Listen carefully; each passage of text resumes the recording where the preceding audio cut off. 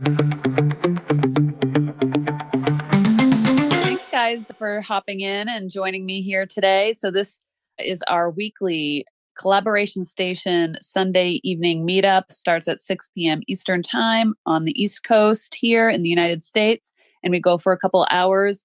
And this one's more of a advanced content creator discussion. So, it's great for people who are established as content creators on X or other platforms. And we get into some pretty serious topics that come across our way and try and have a little bit of a back and forth discussion, maybe stuff that's a little more controversial or hard to touch upon. And this week is how to be hated and loved, which is something that you will encounter both sides of on any social media as you build your profile and grow your account. It's just bound to happen. You're not going to make everyone happy, and there will be people who really love you, maybe too much. And then there will be people that hate you where you wonder, dude, do you have a life? So we're going to get into it and why that's not necessarily a bad thing, and maybe how to manage it, what's good about it, bad about it, how to deal with situations, and why, if you're getting those kinds of reactions, it maybe is a good thing in a way, to help grow your account. Yeah, I think overall means you're heading in the right direction in general. But Rich wants to be loved by everyone and everything. Not going to happen, sir. Sorry. Wait, I never said that. I do get that vibe from you. That's true. It's true. I do. You give the vibe. I don't know internally what your thought process is.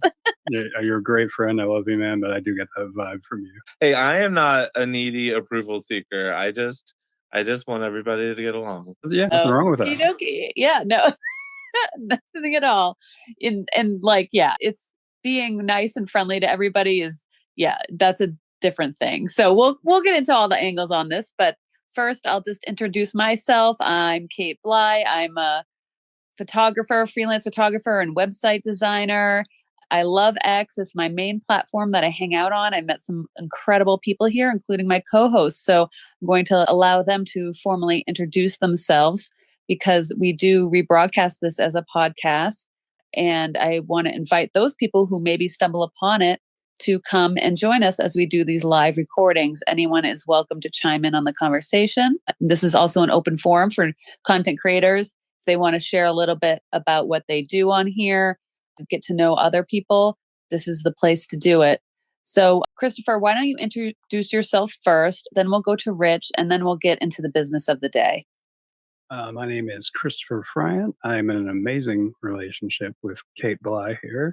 And I'm also a 2D, 3D digital artist. I've been that way for 26 years. It's incurable. Can't help it. Can't be helped. I'm also a AI filmmaker, and that's been my primary source of income for, it's been almost a year now. So it's working out well. It's going well. And hello, everyone. My name's Rich. I go by Rich Silver, and I am very active on X and on social media. I am the admin of a Silver Stackers and Collectors community here on X, as well as some other communities on some other platforms. And I'm really into AI art, as well as some physical art, creating music with AI, music videos. I also, I collect silver and bullion and stuff like that. And then I have a lot of other really interests and hobbies. So, yeah, that's me. Thanks for the introduction, guys. I just never want to assume that everyone knows who we are. I reminded myself of that in a space, I think it was last week, where one of the things that was really hard for me when I first started on this platform is it seemed like everyone had their little cliques and everyone knew each other. And if you wandering around here not knowing people, people get people wonder, have accounts that they assume everyone already knows who they are. And that's definitely not the case. So I just like to remind us to do those intros and let people get to know us a little better. There's the opposite of that, which is that everybody knows and nobody wants to know. Yeah, true. I feel like people choose to be here. All right. And then the next order of business, which we do in every one of our Collaboration Station community spaces, is we run a poll that is incredibly relevant and vital to the space, the future of society, all kinds of things. So that's Christopher's job. why don't you go ahead and tell us a little bit about the poll you've created for today? Well, this time it actually is relevant. The question is, do you have haters or stalkers on X? And your options are yes, no, I wish, don't have them, or want them. So go ahead and check that out in the purple pill or the projectotron up above and let us know. And if you have comments on the poll, let us know that also. All right, fantastic. Yeah, so I wasn't joking or being sarcastic at all when I was saying that this poll is irrelevant to the space. And I don't think I am ever joking about that. I really do think it's vital to the future of everything that happens in this universe. So let's go ahead and get started on this conversation of how to be hated and loved on X, on social media. Maybe it can go beyond that into real life. I don't know. Maybe a comparison might be a good discussion to get into how that varies with in IRL interactions versus online interactions. There's a lot to dig into here. This was Christopher's idea for the title. I kind of had some inklings that we should take a discussion in this direction, but you put it so succinctly, so perfectly that I really loved it. And Rich, your first impressions were a little bit hesitant on this. So maybe Rich, you can get into why that is or your first initial thoughts on the topic of the space so that I can do something in the background. Yeah, no, that's fine. Honestly, like the very first thing was like from an algorithmic standpoint, because I'm always walking on eggshells around the X algorithm. So I was like, oh no, we better not include the word hate in our title because X doesn't like the word hate. So like honestly, that was my first thing. And then I was just like, how am I going to talk about this? Because I just want to be loved. Like I don't want to, I don't want to be hated, and they're all going to hate that I want to be loved, and so they're going to hate that I want. Like it's a weird paradox. Oh my god, my man, you put a lot of thought into that. Yeah, what's up, Money Miller? Welcome to the stage, man. Great to see you guys. Shout out to the host, the co-hosts. Shout out to the room and the space. Make sure you retweet the space, which I'm going to do right now because I can't say it without doing it. Oh shit, I forgot to do that. Thank you. Yes, and I forgot to remind everyone to please do that and drop a hi or a message down below or your first impressions on this topic, because I've been getting a little bit of different feedback on it, and it's interesting how people interpret this, and it maybe is a little bit different from me. So Christopher, let's go to you, and then we can open up the floor to speakers. I'd like to do hands when I'm doing these spaces because then I can announce the speaker before they speak for a number of reasons, because of glitches with the system. So everyone can see and find out who's speaking. It's nice to do that. And then also when I do process this later using AI, then the AI knows who's speaking as well. So that's just a couple of reasons why I do it. So Christopher, what are your thoughts on this? I know you've been thinking about this a lot today and on your timeline as well. So go ahead, dive into it. So something that I've noticed is that people don't really, if you look online, look on X specifically, the people with the most power are the ones that have the most divided interactions. You can go straight to Elon, right? Like half of the comments are, everything you do is amazing. Everything that you say, every moment with you is an apple of gold. And then the other ones are like, you're terrible. Everybody hates you. Gets even worse than that. But I think it's a sign of power that people do that. If you're irrelevant, you're not going to get any of that. No, not one side or the other. So how do you drive that? And I think the best way that you can do that is to purposely push what you want to push. Like put things out that you love, but you can do it in a certain way. And there's an example of this in the projectotron and in the purple pill of one that I just did, where I worded things in such a way for two audiences: one that love AI, one audience that loves AI, and then one audience that hates AI. And it's kind of, like inviting them both in and through different ways. So you can kind of set them up to, like if they hate it, they can, they've got an easy response to it. So what I put here, I said, I make, and this is the post. I make money with AI videos. Ask me anything. And then below that, I said, and to all the AI haters, who said this would never happen. Why does this keep happening? So the hope there would be that they respond with something like, well, the companies will realize soon enough that you're a charlatan, even though they've got this idea in their head that they're unknowingly getting AI from me. I don't know why they think that. I mean, it's literally part of the conversation every time. So, and it's mostly from AI companies. But I'm not above baiting them. I'm not above listening to their stuff, and it really doesn't bother me. Once you get enough hate, it just it puts it in a different scope. You look at it and you're like, this is just utterly meaningless. And if you want to make yourself feel better, what you can do if you get hateful comments, generally the best thing you can do is just look at their profiles and see how little they do. Like they're angry at you not because of the attention you're getting, because you're putting out good content, because you have something worked out in your life, you actually care about something, and that really upsets people. So yeah, that's all I have to say about that. It wasn't supposed to be a speech, but I guess I did make a speech. Nice monologue there, I would say. So what I do like about how you post is you are very intentional in how you word things. And one of them is, you are putting that message out to your audience and in your own words. So it's a message that is definitely you, but you are tailoring it to your audience. So that is like what I really like about it. And so your audience, you acknowledge that there are people who love AI and they just, want to keep getting that constant praise and seeing cool things and engaging with it and learning and all that stuff. And then there's also the people that can't stand it. And you also play the hand to them as well to kind of double dip that engagement. And that's the name of the game here is engagement. So is it baiting them in a way that you want a negative reaction? Yes. Yeah, it could be. But I'm just trying to like reframe it because, someone like Rich maybe doesn't want to get that kind of negative engagement, but we still want to maybe have people reply and comment on stuff that maybe isn't their like niche or their general interest, or maybe something that they aren't interested in. So I think there's something to look at there as a way to reach out beyond just, your crowd that loves you, right? So I think that's the message here. Find a way, find an angle to spread it out a little bit further.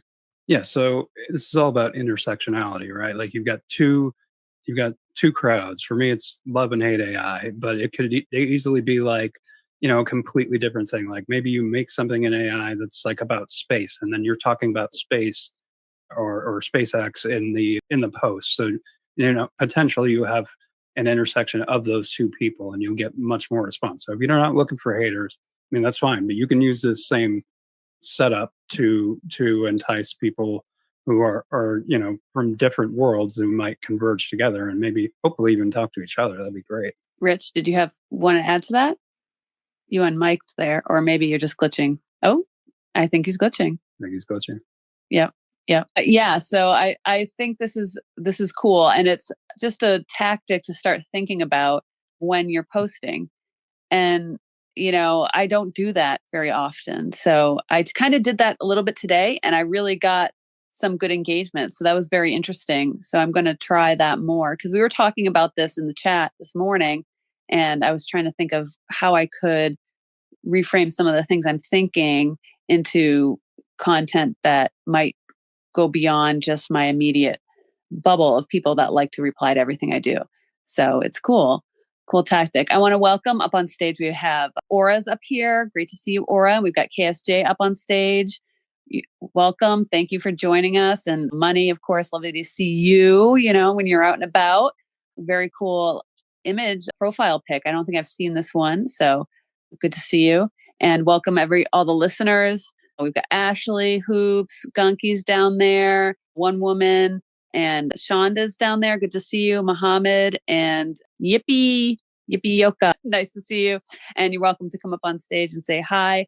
And we're just talking about how to reach your audience, the ones that love you and the ones that hate you. And we can change it to people who are tepid about you and people who are kind of curious about you. You can change the words to whatever you want, but it's just about reaching out beyond your general audience. So, Money, what do you think of this? Firstly, I still see a bunch of people as listeners, so let me know if I did rug and I'll do a loop. If not, thumbs up. Cool. How to be hated and loved. I don't know. I try to do right by people and hopefully do the best that I can. And it's mostly empathy on my end. Hey, whether you get hate or love, just be humble and show humility and try to pay it forward at the end of the day.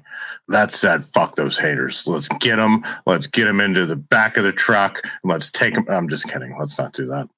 We'll show them a good time and make them love us. Damn it. You're onto something there. Good way to say it. By the way, Kate, that was a great little reset right there. Mad love for that. Well played. Well played. Back to you, my dear. Thank you. Yeah.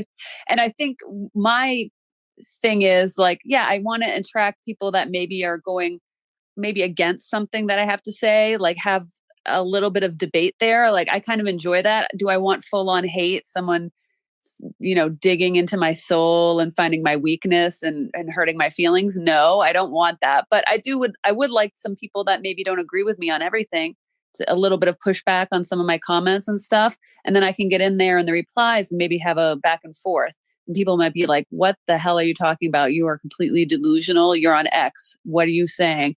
I have definitely had those kinds of exchanges, and there is an art form to it. So, it's getting in the replies. Obviously, if someone's just an a-hole, then that's, no need to reply there. Like I would not engage with someone who's like that. But if someone's genuinely like asking questions in a weird rhetorical way, that's just validating their opinion, then I'll get in there and maybe convince them of my argument and be understanding and not just hate on them. The words hate and loved are up there to get some attention. So I'm definitely not looking for people to hate me, but a controversial is, I think, a good thing. Well, it always kind of does grab attention, right? Like it's like snap judgments, and like you don't have to. You can just kind of push them along a little bit, and then it's actually pretty easy to do, right? Yeah. What were you going to say, Money, about the title? I mean, I basically just agreed with everything he just said. So, well, you're in the loves category. Good for you. So, do you have any thoughts on this topic? I mean, we had a little exchange on the timeline today. So I don't know. Have you been thinking about it at all? What you get? I think you get plenty of love and probably a few haters. So what do you think? Does that help your account? The love definitely helps my account for sure. And, I as I thought about the title some more, I was like, yeah, actually the how to be loved, I probably could use some better pointers on that, because sometimes I get uncomfortable with how much people just seem to love me. And it's like, we're I don't know you that well. Back off a bit, right? But like, as far as the haters, I haven't had too much. I mean, I've definitely had a few, as I'm sure you know, but they haven't been very vocal on my timeline. It hasn't been that kind of thing. It's been more just shysty behind the scenes, botting and blocking parties or talking smack about me. And there's not much I can say about that. I don't think that it's ever happened with somebody that wasn't somehow mentally disturbed. I could be wrong. Nobody's told me, oh, so-and-so is hating on you or what's the problem. I think for the most part, I've been really blessed to attract the type of people that, we really have that thing in common where we value other people and we try to treat other people the way we want to be treated. Like you, I would like to have more conversations with people that disagree with me, as long as they're polite, right? Like polite and authentic disagreements. Those are one of my favorite things in the world, to sit and hash out something that I disagree with somebody on, so that we both come away with a greater understanding. But other than that, yeah, and as far as how to be loved, the trick for me has just been being nice to people and helping people when I see I can help somebody some way. And then being super mindful about showing my appreciation. Like, if I get an idea because of something somebody said, I'll try to make sure, I'll publicly talk about that. When I see somebody's doing something that I'm like, oh my gosh, that's amazing, I share it. And I know a lot of people are like, oh, that's going to mess up your brand. Well, for me, no, it somehow has become part of my brand. I don't really have a brand. I'm me. I'm a personality account. But there are a lot of people who say, oh, don't share other people's stuff. Well, I'm here to tell you, dude, if you want to win somebody's love, go find a small account that's doing something amazing that nobody's seeing, nobody's engaging with them, and share their stuff. Introduce them to your friends. They're going to love you. You might not ever comment on their thing again, and they're still going to love you because, you just introduced them to a couple of thousand people, or maybe 1,000 now that the algo's lower, that they wouldn't have been exposed to. And people don't forget that. They don't forget when you do them a solid. So in scaling, as I've grown, that's been part of, and I don't want to say strategy, but it's strategy now. It didn't start out that way. I just saw it's something that I did because I felt like doing it that actually works well. As I've been getting bigger, it's like, yeah, I can't comment to everybody that comments to me, right? Or I can't get to everybody's page, but I can absolutely be mindful to share new people with the group, to grow the social networks and the circles that I'm in by sharing across those silos. And yeah, and be authentic and don't be a jerk. There you go. That's how I know how to be loved. Yeah, that's a great point about just reaching out to people, the small accounts. If you see something that they're doing that's cool and engaging with that in some way, it really, they will remember that. I remember that, the first people that interacted with me when I was starting here. And I try and do that with these spaces too and welcome new people. And if there is anyone new listening or who hasn't spoken in spaces before or is just wanting to reach out to more people on this platform, you are welcome to request a mic and come on up and ask some questions about what you've got going on or just hang out with us, introduce yourself. This is always a space for that. And we've got lovely KSJ up on stage. So I wanted to say, I love your new profile pic. Looks great. And I want to welcome you to the space. And I wonder, you have a very big community. You've got a lot of people. I see a lot of love for you on my timeline. I know that that definitely reaches out and shines on the For You feed, the love for KSJ. So I want to see what you think about this subject of, I'm sure just as much love comes hate, right, as well with a big account. So how do you deal with that? Do you actually have that problem? And I just love any insights that you have on, dealing with like maybe people that love you too much or people that are the haters. Oh my goodness. I don't think you can ever love someone too much. I mean, you can be a little too much in DMs and you kind of have to retract them back a little bit and be like, hey, you've sent me a whole lot in, a couple days. We need to kind of, and, I think it's about response time. If you're getting constant DMs, and I was from a couple people like on a daily basis and like minutes and minutes, like 10 minutes of voicemails. And I'm like, all right, we got to track back just a tad here. Like, I love you. I want to support you. But, we also have to have that barrier and respect of each other's time. Right. But yeah, I mean, man, just bringing people together. I think that's my favorite part of the thing of the whole platform, honestly. And as far as the hate goes, I mean, you're always going to have it. It's funny. I can go to someone's like post and I can scroll down and there's always someone that has me blocked. I'm like, I don't even know who you are. Like it just happens, So people are going to hate you. They're not even going to say sometimes that they hate you for whatever reason. They're going to block you just because either they're jealous or they have their own reasons. I have people unfollow me all the time. Like, it's fine. I don't make a big deal about it. Sometimes they do. It just comes with the territory. When there's love, there's going to be hate, but you can't let the haters get to you because they win.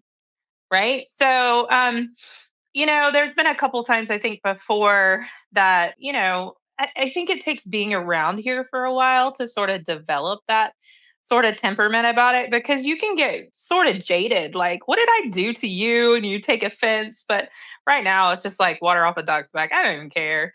It's just another person that hates on me. Why are you hating on me? I don't know. I don't really care anymore. Like, I have far more people that love me and support me, and I support them in return than the haters. So I don't know. That's my 2 cents on that. Yeah, you brought up voice messages, and I just want to say it's always the most stable of people that leave voice messages constantly, especially really long ones. Now, wait a minute. Hang on.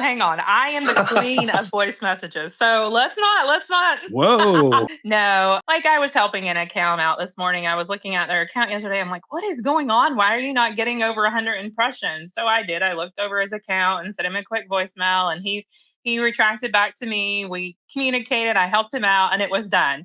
I'm talking about like hours of voice messages. That's extreme. So let's retract. Voice messages are fine if they're in good character and you're, not being obsessive about it.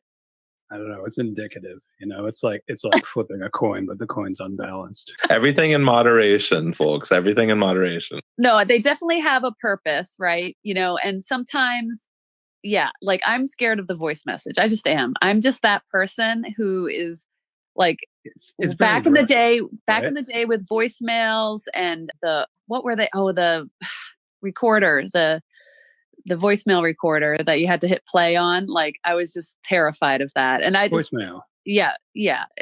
So answering machine. Thank you, Rich. Yeah. I think you did record me a while ago. I'm Batman. So, it's just a different type of person, but I can understand where like that example you gave, KSJ, with someone's like asking you to look at their account, you typing that out is ridiculous. Like you can look at the account on your computer or on your phone, you can record it as you're doing it and just kind of do that, get it done and quick, send it off. And that's that. So like, I'm not totally against the idea, but when I just get one of those out of the blue, I'm like, oh my God, it's like, it's like just a half step below getting like a photo that's blurred and then you have to click on it to unblur it. Like, like mentally, it's just so funny, but some people love them and prefer it. So I don't know what it is, why it's like that in people's minds psychologically. It's so funny. Here's the thing. It's not a show more photo where you've got to, what is it, censored? It's like, oh my God, what is behind that? Sorry, are you over 18 years old? Yeah, if that's your opening question, I'm not responding to that. Though I am flattered. I don't mind the voice messages so much as long as I just wish the app would work on the website and they would play and I didn't have to like pull out my phone to listen to it because that's kind of annoying. Yeah, it's super annoying. Like I don't want to listen to this anyway. That's a good point. And now I have to pull out my phone. I don't like using my phone at all. I can avoid it. Yeah, that is a good point. That if you aren't on the phone, you can't listen to them. So yes, I'm on my laptop all the time. So sometimes when I get those, I'm like, wait, what? Why can't I? Yeah. And Rich does that occasionally, right? But I always listen to Rich's because he's always eating something, Yeah. So for the people on here, the good people on here who use voice messages, and and your friends, I only bring that up because it is like the absolute worst, and you should feel bad for doing it. All right. Again, I'm trying to like temper down Christopher's opinions here, so you don't all hate him because he's a wonderful person. All right. So I'm going to go to the hands here. We got some great people up on stage. Christella's joining us. Lovely to see you. And Mike Trevinson, I love it when he pops into spaces. He always has good things to add to the conversation. And Mike, yeah, you're up next, followed by Money and then Aura. Hey, Kate, Rich, Chris, Aura, Christelle, those friends that I've not yet met. So I love what you shared about the voicemails. I've contemplated when you're trying to articulate a complex subject, it's kind of a double-edged sword. If you send a long text, it's too much. If you send too little of a text, it doesn't land, doesn't embrace the concept. I've thought about doing both. So doing a voicemail, transcribing it, and just say, hey, here's the transcription, and then the TL, too long didn't read synopsis. But I have not made any decisions about that. But I have wondered, what's the best way of dealing with that? Sometimes I'm dealing with accounts that want feedback on their profile. And in that case, it's pretty much, we got to pick up the phone. We're going to have a conversation about it. That's not why I joined the group, though. I joined the group, and although I've not heard anybody refer to this, now granted, I wasn't in here from the beginning of the group, but I feel like, I kind of feel a little bit of a heaviness in my heart around the way things have been going in the world lately, just the past 48 hours, past week, whatever. And I'm not weighing in on it.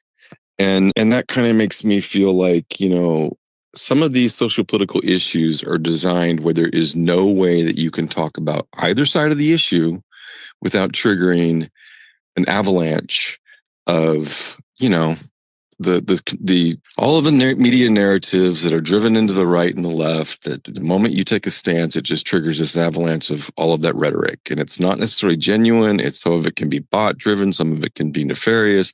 Some of it could just be unconsciously going along with herd mentality. But the bottom line is you're penalized for weighing in or bringing truth to light, if in any sort of significant way. And this is the way it's been for, centuries, honestly. If you think about the scientific minds, the philosophers, Socrates, the religious leaders, Jesus, if you think about Martin Luther King or John Lennon, anytime you really speak out, no matter what subject it is, no matter what medium you're communicating in, it's like whatever that oppressive force that tends to try and keep humanity down, they just hammer in. And, I've got 25 years of investigative research, writing, published very little of it, in part because the public doesn't want to hear it, can't handle it in some level. There's some prerequisites to this stuff. Just because I've had, 10 hours a day for the past couple of decades to do research and study doesn't mean everybody has. And you can't just dump that out there and expect it to land. But I also feel negligent, like I'm not doing my part as a good citizen or a good human being to help expand the dialogue. So I feel a little bit of a dichotomy. I play it pretty neutral on X, although I will weigh in, but very moderately, usually with a voice of some sort of facilitation and trying to build a bridge between different belief systems. But sometimes I just feel about, a little raw about it too. And I don't ever really let myself go there because I know, people are going to misinterpret it, take it out of context. And anyways, that's what my thought was. I don't know that I'm contributing exactly what you were hoping for. No, I love this. Okay. I love this. Okay. I feel the same way about it. Absolutely. I really believe in being like politically ambiguous and people not necessarily knowing what I'm thinking on a subject before I even give them my opinion on it. So that's how I roll. And so I can relate to this, but I still get in something will trigger me and I'll get in there and I'll drop something occasionally. But again, it's in the way that still, if you really look at it and read it, are you understanding my opinion or is it just you interpreting what I'm saying? And, it's trying to be like, a facilitator about things. And so while you were talking there, I was like, okay, what's holding me back from weighing in on something? It's like, I just don't want to deal with the like I'm not that I'm passionate about it. Like I have an opinion on it, but I'm not passionate enough to get into a full on debate back and forth with a stranger. I think that's where I decide whether I want to weigh in on something that's like a hot issue or not. And then beyond that, I think another thing about X, it makes us want to spout our opinions. It wants it. But I think putting it into an art is a better way to do it. And that could be writing, that could be, video, imagery, whatever it is that you do. I think that is a better way to channel that energy and create something really cool with that. And you could put it on X or you could create, if you're a writer, you could do Substack or something else to really put that out there in a way that's, fulfilling beyond just like letting it out. So that's just my thoughts. So if I can chime in on that pretty much is my first go-to art form. Poetry or music, lyric writing, all of those things have historically been my go-to. And it's something that I've thought about. Of course, it does take a lot more energy to craft a message in an artistic art form versus popping off, when you're upset about something. It's work, but it's worth it. And if the topic is, worth weighing in on, I think you've got a good point. It's, we don't need just one more flippant opinion out there, even though I'd like to be able to just share it just amongst friends. Because granted, it's getting to the point where I've been on X long enough where I feel very friendly and a camaraderie with people that I'm constantly seeing in spaces again and again and again. These are friendships in the midst of forming. And, it's a little artificial not to weigh in when you're in a group of friends, you're at a cafe or something like that. It's a little bit, it's a different dynamic anyways. I appreciate your feedback, Kate. Thank you. Yeah. And I don't know, Christopher, did you have thoughts on this too? And then, because your hand went up, but it went down. I don't know. Yeah.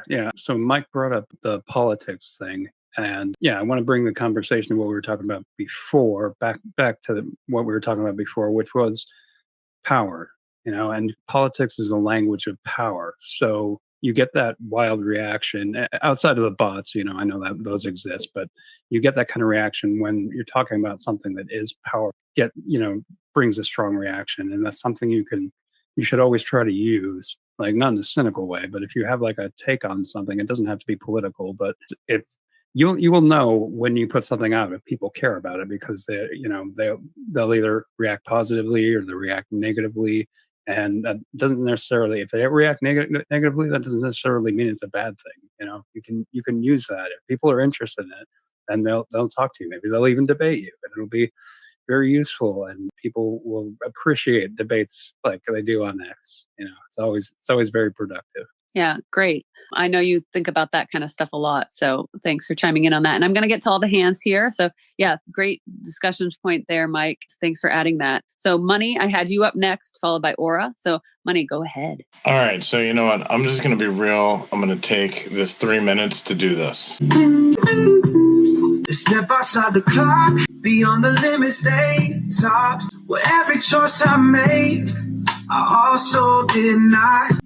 Infinite reality, mirror reflections, parallel lives moving in no direction. I see the timeline split like a prism in the light. Every version of myself taking different paths in flight. One's a king, one's a ghost, one's a rebel in disguise. One's a scholar cracking codes while another never tries. Yo, time ain't real, it's just a system of control.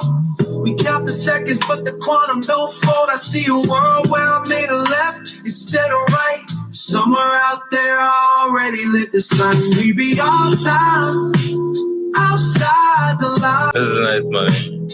Dimension shift, stars realign. Every step's away, every breath's a sign. I exist in every frame, past, future combined. Jump through the fabric like a movie's trip. 12-dimensional vision, let me show you the script.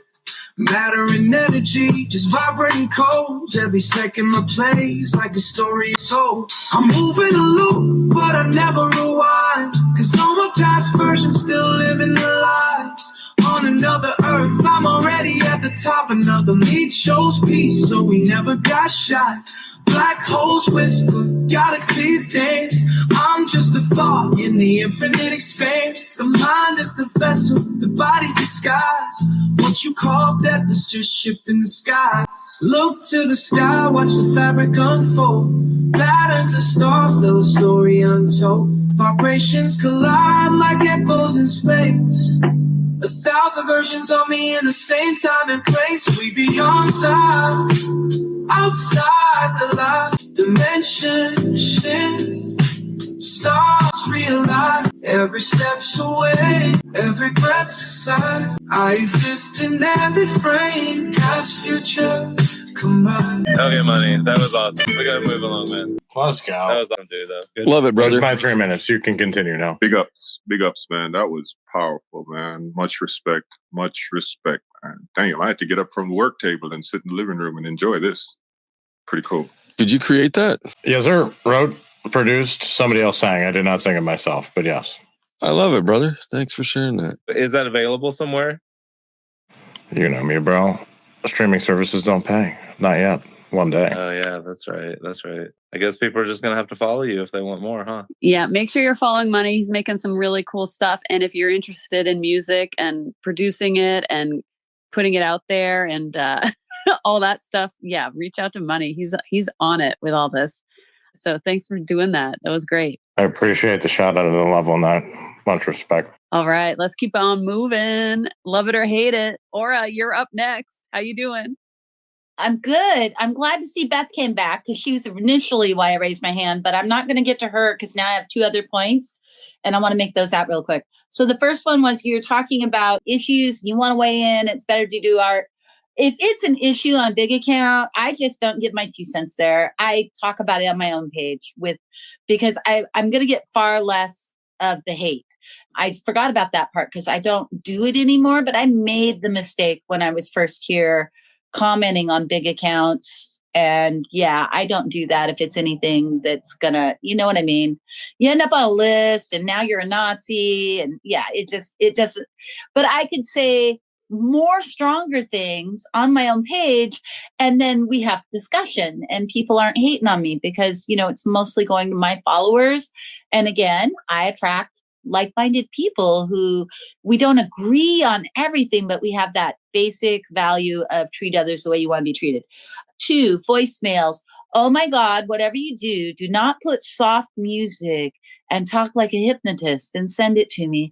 I will block you because there's something really wrong with you, especially if we don't know each other.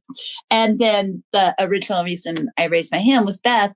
Beth was the target more than once of groups of haters, got into it with like a really big account, just went after her hard.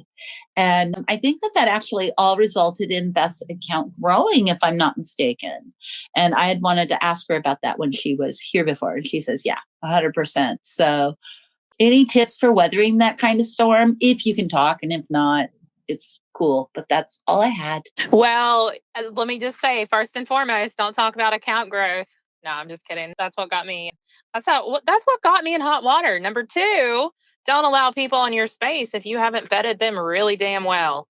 All right, 2 points there. No, it's okay. It was a big account. We did follow each other. I didn't realize it was a tactful event that was happening and it was to be recorded on a non-recorded space. But things like that happen and you have to weather the storm. And that got me locked out for a few days. I got mass reported. So no matter if you think that someone's good to you, hey, that mute button is yours for the taking when you are on a space as a host. So don't forget that. And always be prepared for the unexpected. Yeah, I don't know. It was a good, I think, and we nipped it in the bud the next day or the following day, 2 days later. Anyway, monetization has brought out so many crazy ideas and thoughts and jealousies and things like that. And it is one reason I did stop sharing my pay. And I had stopped sharing it when all this happened. But anyway, so think twice about that option as well, whether you choose to share your stuff or not online. Yeah, that's a really good point. The things that will get people to love or hate you or whatever, politics, right? For one, we all know that. Money is the other thing. And I'm not talking about Money Miller. I'm talking about the jingle and those transactions. There's not much good, personally. I think, this is just my opinion, that can come from sharing what you make in any capacity. It can be on X, it can be in the real world. It's like talking to a coworker and telling them how much you get paid. That's not going to go well in 90% of the situations. So just, yeah, go ahead, chime in, Rich. Yeah, no, the only thing that's good that comes from it on X is the engagement. Like, I will see some people who have small accounts, like my size or smaller, who share their payout post, and it's not even that big of a payout, and they'll get like 300 plus comments or like 50 plus reposts and stuff like that. So like the engagement is like pushing that content, and so people see that, and so that encourages more people to post it. But you're 100% correct, Kate. Like, in a logical situation, it doesn't make sense to share that type of information. Yeah, just be prepared for whatever that brings out in people, because it will. Yeah, jealousy over money is probably like the number one thing, agitator for sure in a relationship, and it can come from people that you think you know really well, which is it's wild. It's wild. So yeah, just being cautious. And yeah, like you said, it drives engagement. Clearly people want to see that. the same way that they want to watch like Love Island or whatever, like they just want to torture themselves. and us, the onlookers. Hey, everybody! Hope everybody's doing well. Us, the onlookers. For us, it's data, right? We get a chance to see the scale of what people are getting paid. Those are getting paid.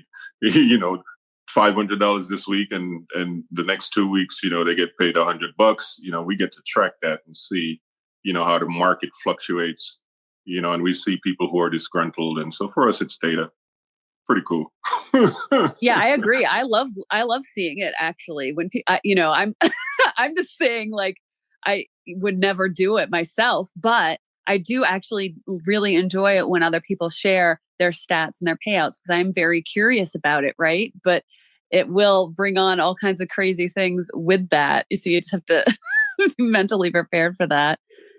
It's wild. So that was really good point, KSJ. Thanks for bringing that up. And I did have Gunky next in line here in the order. And Christelle, I had you after Gunky. So if you wanted to come back up, I don't know, you've got always like a lot of plates spinning. So I understand if you can't, but I want to let you know if I had you next, if you wanted to come up and share. Christelle does plate spinning? That's really cool. I've never seen that. Yeah, she's really, really good at it. Really, really good at it. Hey, Gunky, how you doing tonight? Oh, not bad. Hi, guys. Hi, everyone. Yeah, I mean, I actually crapped out. I had to reboot and come back in again. But yeah, on Mike's point, like political, I mean, I jumped in with both feet when Facebook was in the very, very early days. And I just like was friending everyone and finding people. And it's just because they were at the school with me. It was later I remembered, actually, I really didn't like this guy. Do you know what I mean? And stuff like that. I just made mistake after mistake. So yeah, I'm very, very late to the party at Twitter. I came in a couple of years ago, and I sort of very deliberately, like, it's not going to be me. It's not going to be my name. I know how these games work, and it's sort of people will try and find any weakness. If you've got a mole, they'll find any weakness in you. And I didn't say anything. I started in October. I think my very first tweet was maybe 10 weeks after I was just looking around on Twitter. And one of my first memes that I created was the Somme. Yeah, it was just an old World War I picture of a photograph of the Somme. Because politically, that's what it's like. You don't dare raise your head above the trench. Because someone's going to take it off. But I've sort of got my defensive meme system, and so I get by. I've never really got much. I think people with memes, people just they like it or they ignore it. So, so I've got very political with my memes and just seem to be kind of getting away with it. But yeah, but on the other side, just really quickly is I don't think I've even mentioned this, but I restore furniture, and I've got some furniture, just some stuff come in. And I'm like, shall I film this? Maybe make a YouTube channel? Shall I take that step and sort of be me and fix my furniture and sort of play around, but my own sort of flavor and grooviness to the whole thing? But I don't know whether I'll do it or not. You absolutely should. Yeah, you have to if you have the time. Are you crazy? You just said you this is what you already do. So what's the difference of just sharing it with us? Like, we're your friends. We want to see it. The heck? I think when people turn their hobbies into their content, that's the best content. Yeah, I so really do encourage it. I'm being a little like I'm just poking you a little bit, but like this is how you do it. Like, what are you already doing? And just share that. And that's really cool. I want to see it. So I love furniture and like, all that stuff. So I want to see. And I do want to. Well, maybe I will.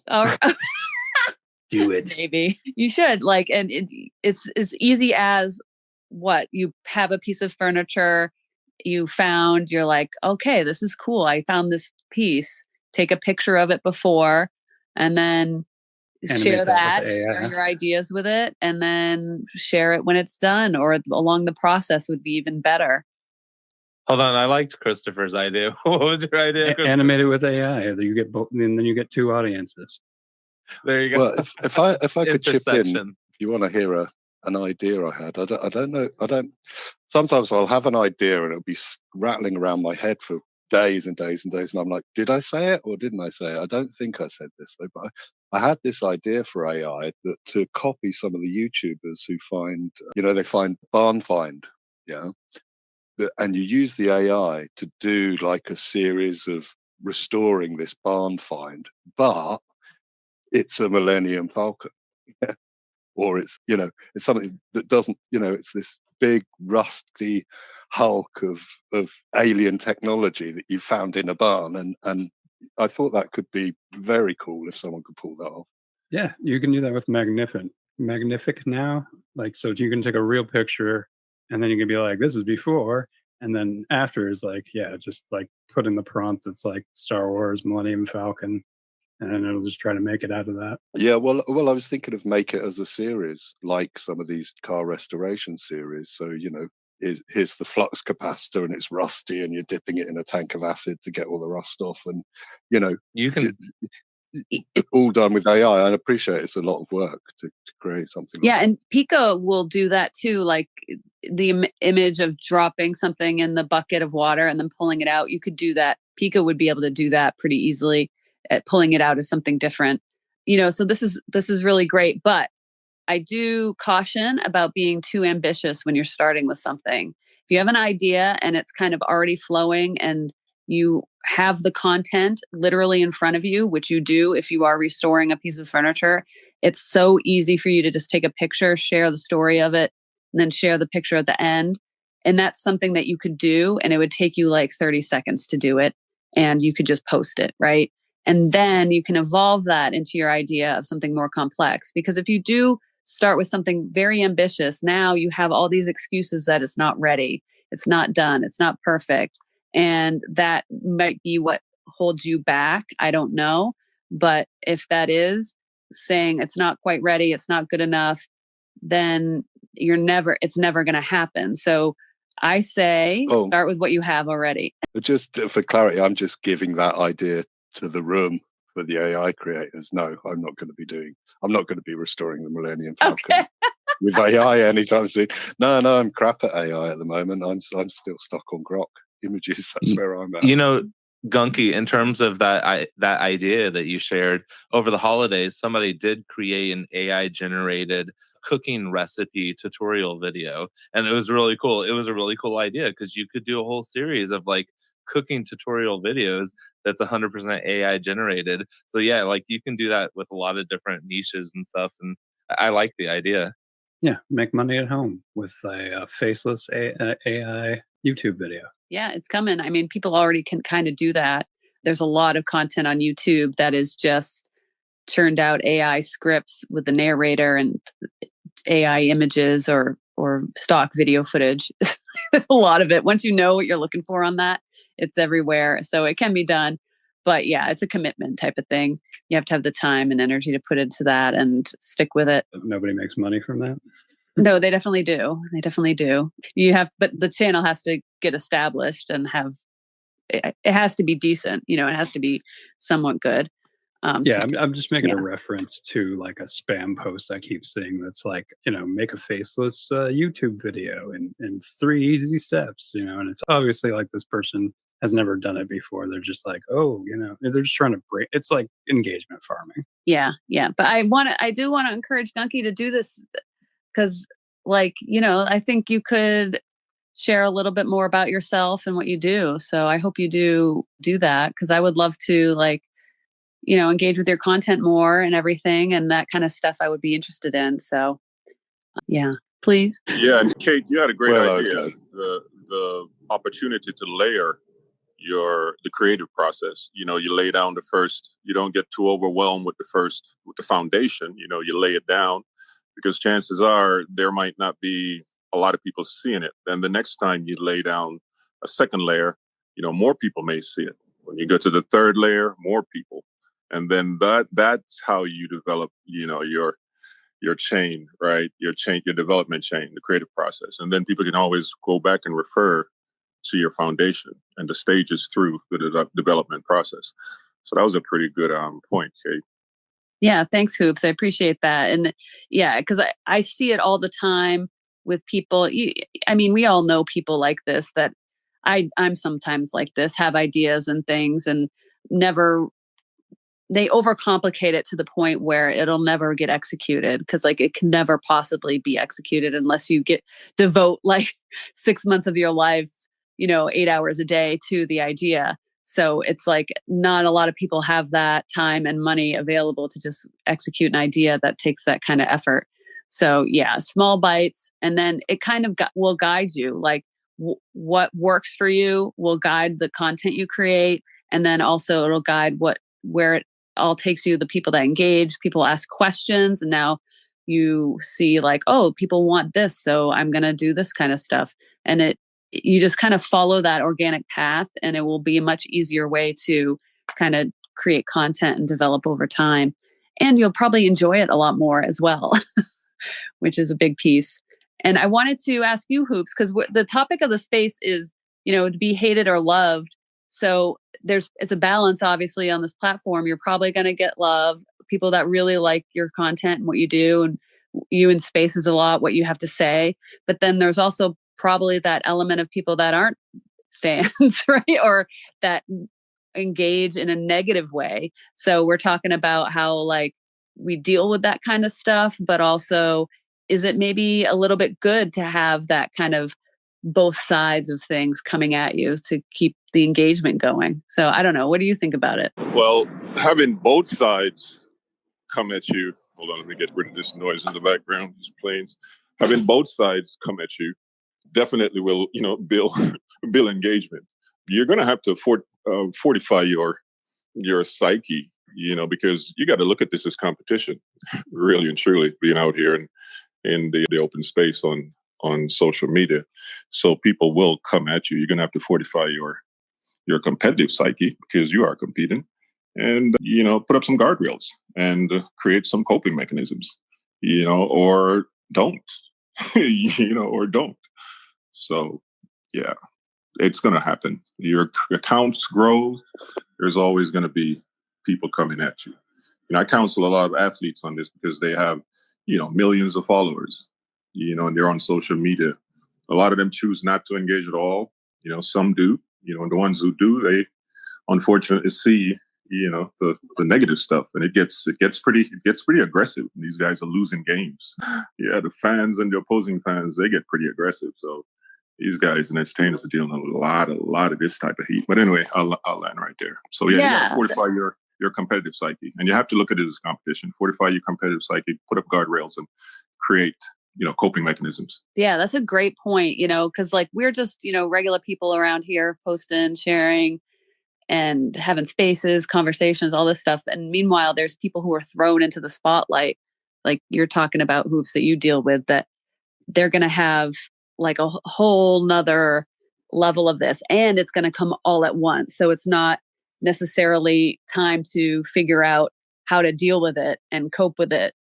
It's just, you're kind of thrown into it, which is interesting. And it brings me back to something Aura said earlier about, or what Aura is really good at. I don't know if she said it, but she's really good at setting her boundaries, and she just has her line in the sand, and if you cross it, that's it. It's a block. It's a no communication. It's I'm not engaging, muting, whatever her tactics is. And I really respect that about what Aura does and how she handles those situations. Not everyone likes it, right? But again, that's not her problem, really, if someone else can't deal with her boundaries, because she's the one who has to set them. And it's something very interesting I observe at, because my boundaries aren't as strict as Aura's, but I can still I know I have some there somewhere, right? So it's kind of being more conscious about like, what are those boundaries, and what is that action that we're going to take when that is crossed? And are we going to hold that every time, hold that line and not change and be firm in that? So then we can earn that respect from our audience of understanding, like, this is the line, so I'm going to hold it with anybody. I don't care who you are. This is my line. So what are your boundaries, Kate? And when it comes to spaces, and do you get the feeling that it's getting more strict or less strict over time, or no change at all? I'm going to think about that question, but we've finally got Christelle up here. And so I want to go to her and hear what she has to say, but I'm going to think about that and I'm going to answer it. So, hi, Christelle. How are you doing? Good to see you. Hi, Kate. Hi, Rich. Hi, Chris. Hi, Hoops. Hi, KSJ and Aura and Mike and Gunky and so many cool people in here. This is great. I was really looking for a space to join because I was like, what am I going to do with my Sunday night besides something productive? No, but this is productive. So thank you, Kate, for hosting a space because Sundays are like, I don't know, they're just the best day for me. So I'm at my best. So just a couple of things that I want to say, and I'm going to, respond to the topic. But Kate, it's so funny because the reason I moved down is because I started eating. People have said that like I always have food in my mouth on spaces. So I'm like, all right, I'm going to start moving to listener instead of being caught with a mouthful of food. But it was just so funny when you said plates because I'm like literally like making a plate. I'm like, is she watching me? Which would be totally fine. I'd be cool with you watching me. So that was funny. That's hilarious. Isn't that funny? I'm like, how does she know I'm juggling plates? And I've got my son there. I'm juggling him. A 2-year-old is a juggle in itself. And he doesn't let me talk. He's at this interesting stage in the last 2 weeks where I can't talk on my phone. Like he will put his hand on my mouth. He'll start screaming in the phone, look for the end button. But anyways, another thing I want to say, Kate, is that regarding you, when you just gave that really great advice about like, don't overdo it, being overly ambitious. Do you remember the very great feedback that you gave me like a year ago when I started my Edu Creator community? It was Kate that was like, I'm confused. Like, there's a lot going on here, and I'm really confused. Like, what are you doing? I'm paraphrasing, but I'll never forget that. I'll never forget it. And I didn't take it in a bad way because you're so sweet. Like, I didn't feel like it was hate. I really felt like it was good feedback that I needed to listen to because I'm the queen of doing too much. And I really appreciated that there was someone that was willing to tell me that because there's a lot of people that will, blow smoke up your butt. But Kate was like, look, homie, like, it's a lot. I'm confused. So I'm just going to take a step back for a moment. And I was like, dang, I really need to get clear on like what I'm doing here. And then now look at us, I love you. I love when you host a space. I love being around you. So it goes to show that being honest with people really pays off. And so I just wanted to give you that shout out and say, I appreciate you. And I never forgot that. I never will forget it. It's just always there as a reminder to not be the queen of doing too much. I want to say to Mike that I really feel you because there are times where I want to speak on what's going on. Like today, I wanted to quote a really great post that I saw and I didn't because I'm like, this situation is so like messy that I just didn't. And then I feel weird about that. Like, am I not like being my true self because I'm just not engaging. So anyway, Mike, I just want you to know, like, I feel you on that. I don't have anything wise to add except for I go through that myself. KSJ, I want you to know that when that whole, I don't know, we didn't like speak specifically on anything, no names, which I appreciate, but if it's the situation I'm thinking of, I want you to know that I got more into you after that because of the way the whole thing went down. And I just felt like this is so weird, and anyway, so I don't want to like harp too much on that, but I just want you to know that sometimes, when drama and weird stuff happens and negativity happens, it will create more fans and like will bring on more love, which is a really positive thing out of that. So like we should never worry about haters because for me, like anytime there's been haters, I just feel more lovers show up. Like the people who were maybe lukewarm or just not really, just whatever, become now like fans. I wasn't even lukewarm. I was just like, KSJ is cool. I don't really know much about her. But after that, I was like, oh no, like I'm rocking with KSJ now, because I felt like I needed, and I chose yours, and I've never even told you that. But so clearly I've been listening and loving this conversation. So I don't mean to like respond to everyone. I love the music that, who was it? Money played. Like that was so cool. I was like in the midst of, frying up my fish at that point. But this is what I want to say. So this past couple weeks has been, the theme has been reconciliation. So it's been making amends with people that I have had issues with. And it's been incredibly healing and humbling. And sometimes I know someone is upset with me, and my pride won't even have me go and ask them why. Because in my head, I'm like, they have no reason to be upset with me. Like, I shouldn't have to go ask them. They should come and tell me. Well, I'm totally turning that around because I do want to know. And if it's something I really did do, even if I don't feel like I was wrong or whatever, it doesn't matter. Like, I actually have been wanting to make more amends with people. And this has been incredibly healing for me. And today I actually made amends with someone on this platform who I really pissed off because she was hosting a space and I might have gotten a little offended by the space. And I might have had some things to say on the stage, and I might have not have stopped when I was asked to stop, and I might have gotten blocked by her, and then it might have been really difficult to like join this because I learned like you can't really join if someone blocks you and they're hosting, like you can't. And I was like, well, this kind of sucks. I felt like an outcast in all these communities all of a sudden. And so I thought about blocking her back, and I did for like 5 minutes. And then I got these messages from X saying, because you have this person blocked, like this is happening and this is and I was like, whoa, this is crazy.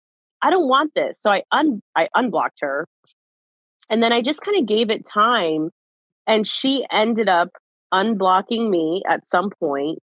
And then today I went into her space for the first time. I decided to just go in there. I'm like, well, she doesn't have me blocked anymore, so she must not like super hate me. So I went into her space, and then she followed me like while I was in there. I was like, oh my gosh, like following is a big deal. Like unblocking is one thing, but when someone follows you, it's like, this is, I'm like, I'm following you. So I immediately followed her back, and I decided to send her a text, or I'm saying text, but it was a DM, but you know what I mean.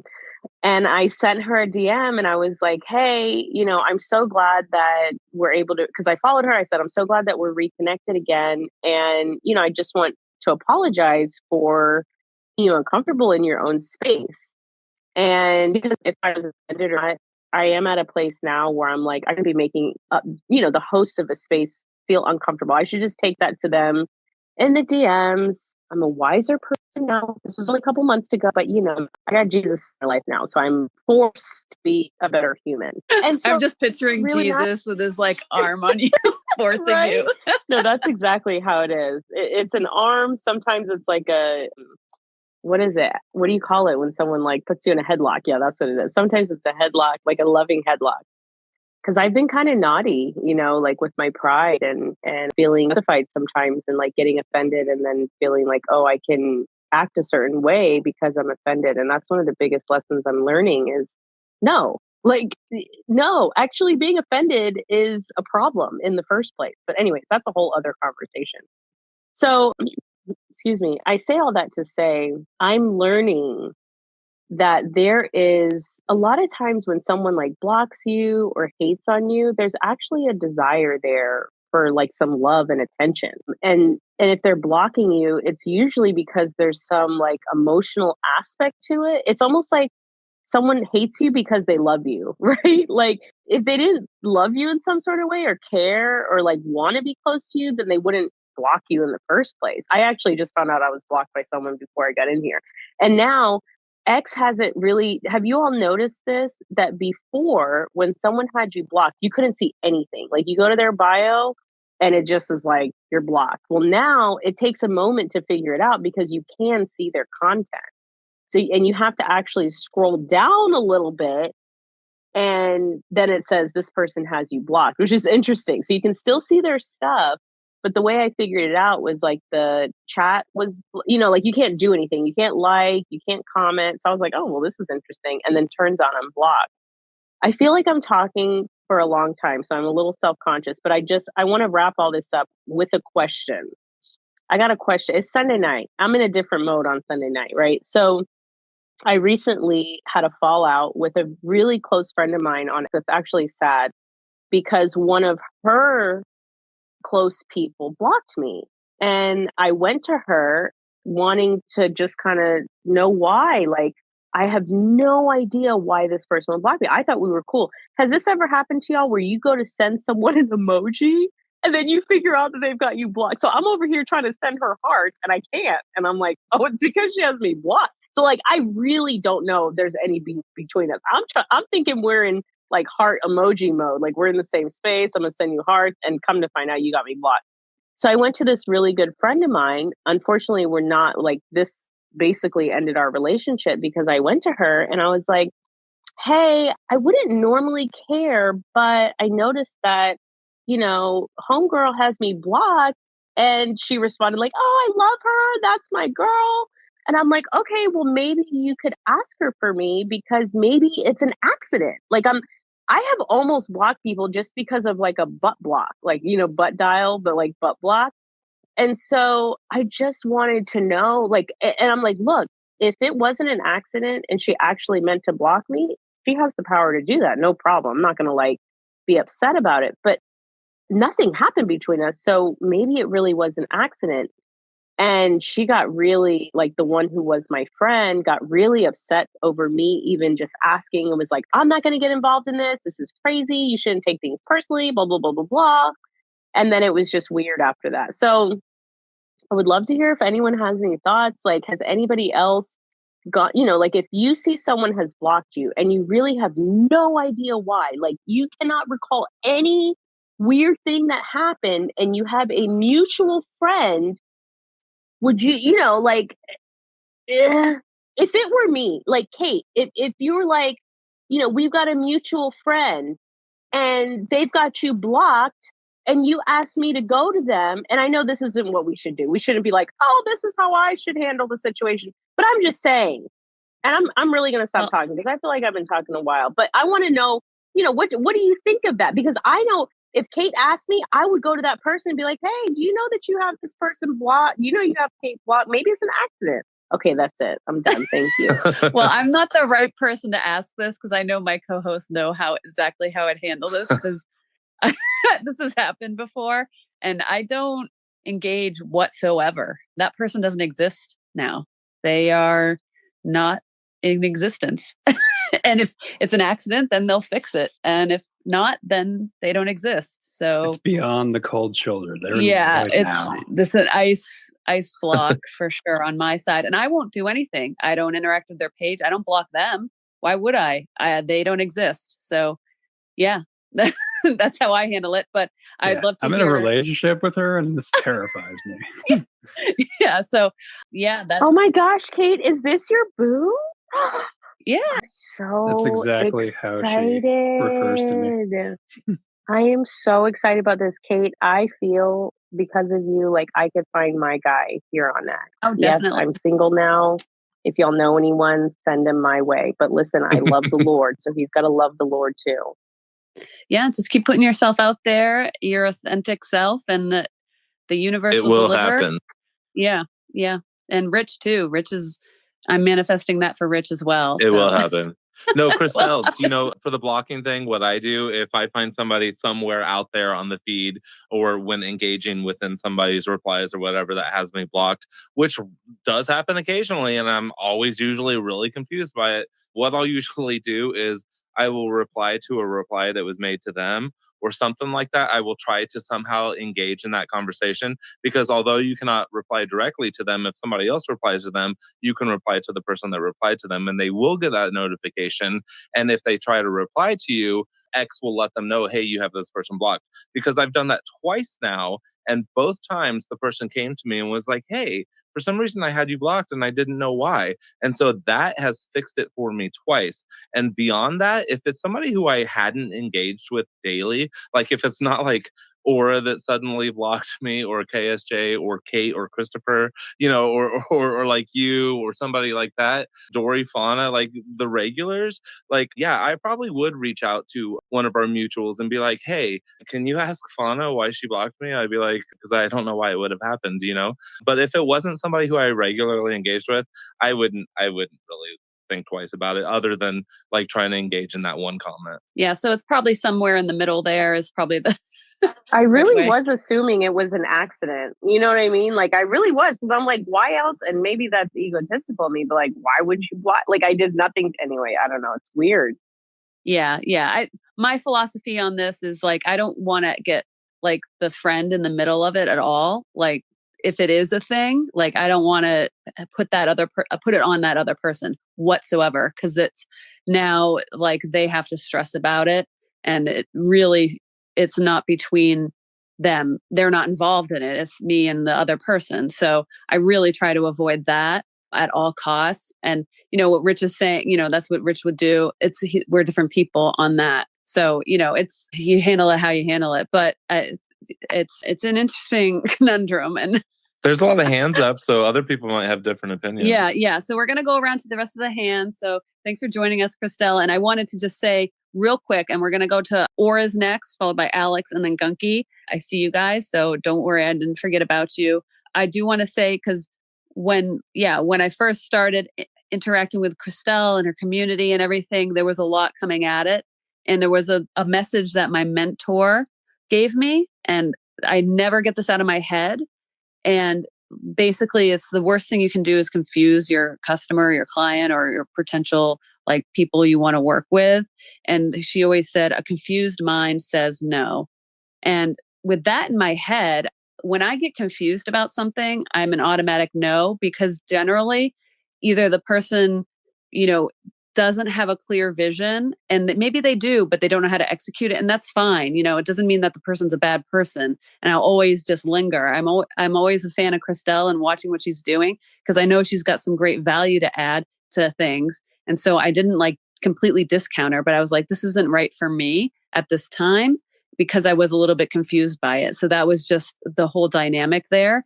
And for me, that's also like when I try to communicate, I try not to be confusing. I try and make it as simple as possible, because I want people to understand that I'm being genuine. And what would a scammer do? Like, what would a scammer do? They try and confuse you. So that's how I interpret everything I see online. And it's interesting, but I never discount a person because of something like that. I'm always like, well, I just want to know more information, or just keep following and see how it evolves over time. And I've been a huge fan of everything that you've been doing, and what you've been adding to X, the content and everything has just been fantastic. So I wanted to just share that, because I think there's a lesson in there for a lot of people as content creators, or if you are selling something, that you don't want to confuse your audience. That's the worst thing you can do. And so anyway, all right, we're going to go into Aura, and good luck with everything, Christelle. Aura, what's up? Sorry to make you wait so long. Oh, it's okay. And I didn't even have to make a note this time. And Christelle segued nicely into what I was going to say, because you were talking about me and my boundaries. And first of all, I want to make it clear, I don't just randomly block people. I block people who are, grifting the system in a hard way. Like they're just thieving. I do that. For me to block a person, it has to be somebody who either I feel is dangerous, or they are so incredibly disrespectful and disruptive to the community at large. So, recently, I have blocked a couple of people that have been, bouncing around spaces, just being asshats. I'm going to block for that. I try not to block over, I'm upset with you or you're upset with me, like that. We can talk about it. One time I had this guy who had been a follower from the very beginning and had subscribed to me my very first day. And he had subscribed to me for months. And one day he blocked me. And I was shocked. We had a lot of mutuals, and, people were like, oh my God, he has you blocked. Do you want me to go ask why? And I said, no, because I want my boundaries respected. I'm going to respect his boundary, right? He blocked me. It's none of my business why he blocked me, unless he wants to come talk to me about it. And maybe that, I'm not saying this is the right way to handle anything, but I do know that sometimes people just want to not talk to you anymore. And they've made that choice for whatever reason they've made it. And I'm going to respect it if I'm the one that they don't want to talk to anymore. And, like, I think I've only had once where I blocked somebody that became a huge issue. And you were there for that, Kate. I love the way you handled it. You were just honest with them. Like, dude, she doesn't want to hang out with you. And he wasn't asking her. It was actually here in this space. And I had told her beforehand, hey, if this person comes in, I'm not comfortable being on the same stage. And I wasn't asking her not to give him a mic. I was just letting her know so that if I saw him, I was going to leave. And I didn't want her to take it personally because I love Kate. I love her spaces. I love her community. I want to support it.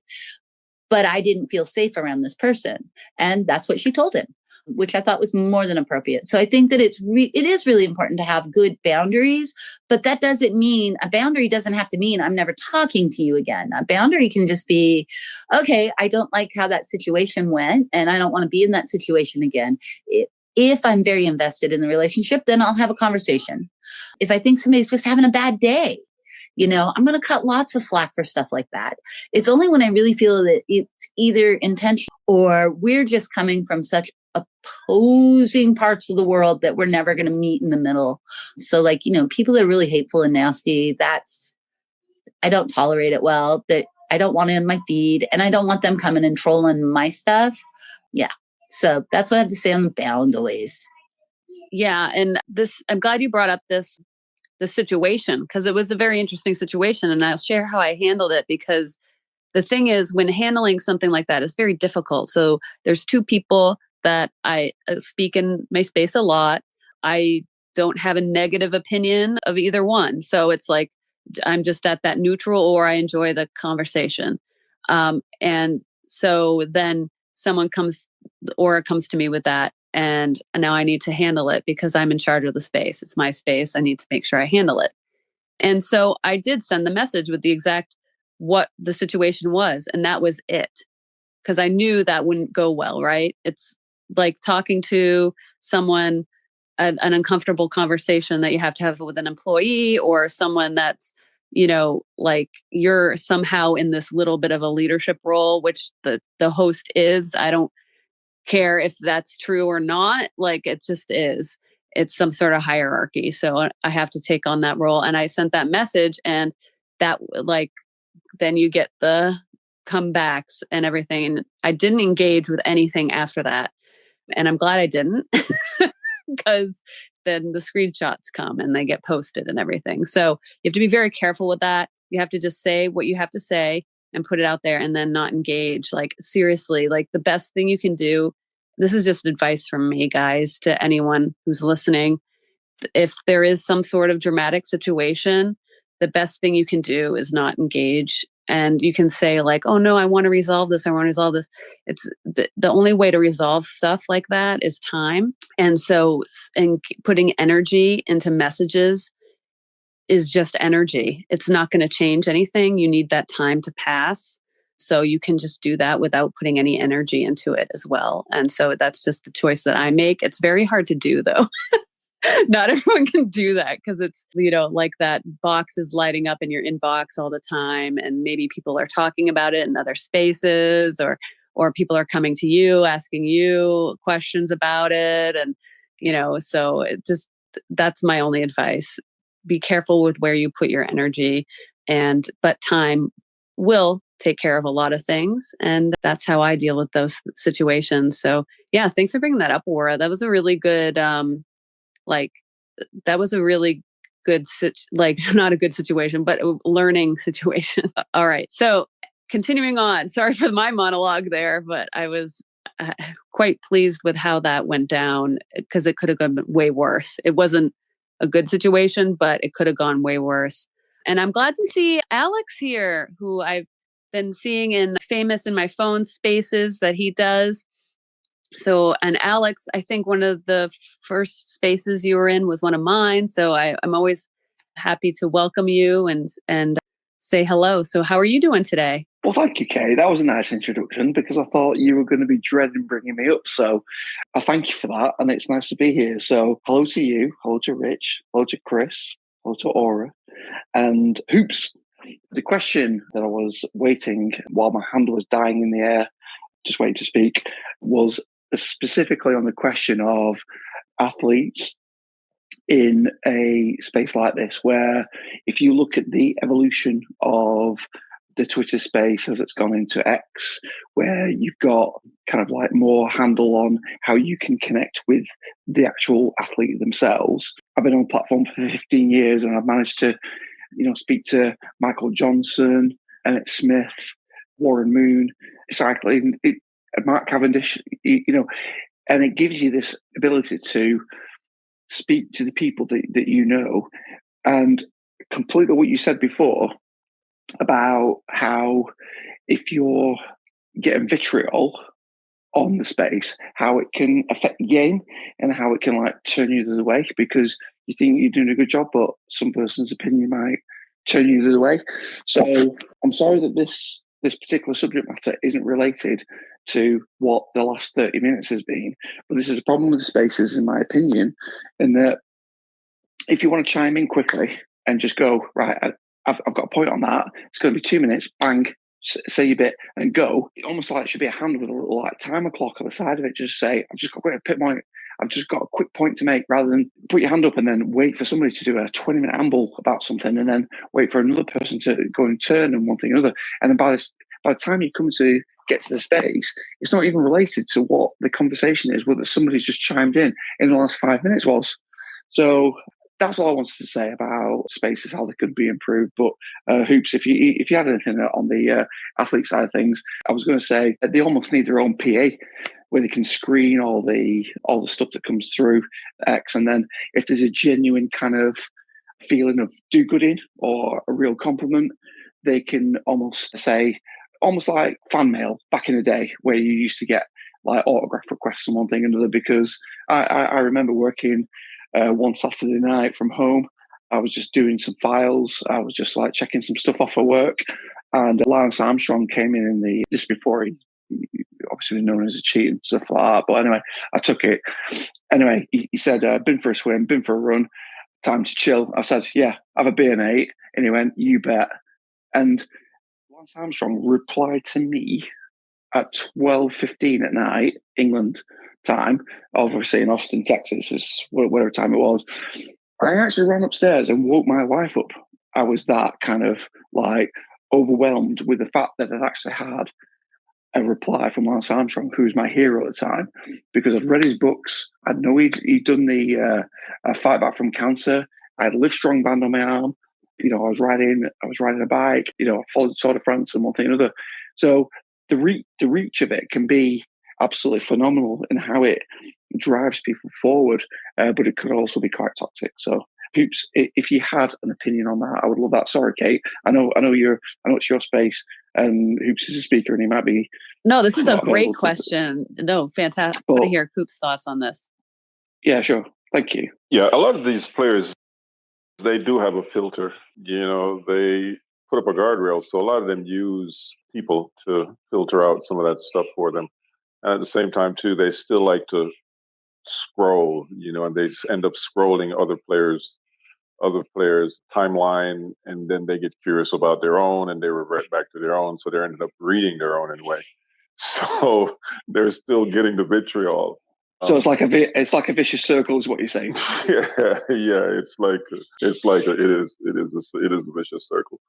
And as I was just saying, we just try to counsel them on coping mechanisms, right? If they're going to read it, there's certain things they need to do to ensure that it's not that sensitive to where it causes them to react negatively, or it impacts their game, because that's what we don't want, right? We don't want it changing the way they play.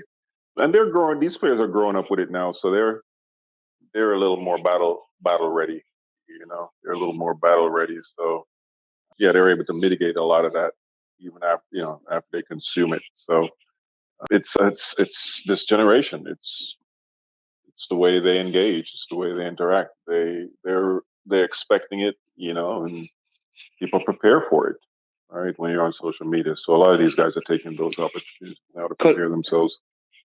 Could I ask a quick question just before, because obviously there's another hand in there, and I don't want to waste anybody's time, Kate, if that's okay. It was in obviously the UK, we have a different sports network, we have different sports in general, but I definitely think that the Premier League and what players go through, they really do suffer a real kind of like downturn in performance if it's not going right, because they're scrutinized so microscopically. And I almost think that I find myself at a crossroads in my life now where I think I need to future proof myself, and I need to go into a different industry. Do you think that a digital media or social media kind of advocate is something that professional sports players would benefit from, in terms of you going into an organization and just say, listen, this is how you do it? Or do you think their agents do it all for them? Good question. And this goes for everybody too. Now, when I went to college, I didn't have the rights over my publishing. So if, I couldn't do any kind of co-branding deals, I couldn't get paid, so on and so forth. Everything was taken, the scholarship took care of everything, meal, housing, books, everything. If I wanted to take a girl out on a date, I couldn't, because I have no money in my pocket. There was no money in my pocket. So, because, I came from a poor country, and my dollars didn't translate, so I'm the one that was supposed to be sending money home.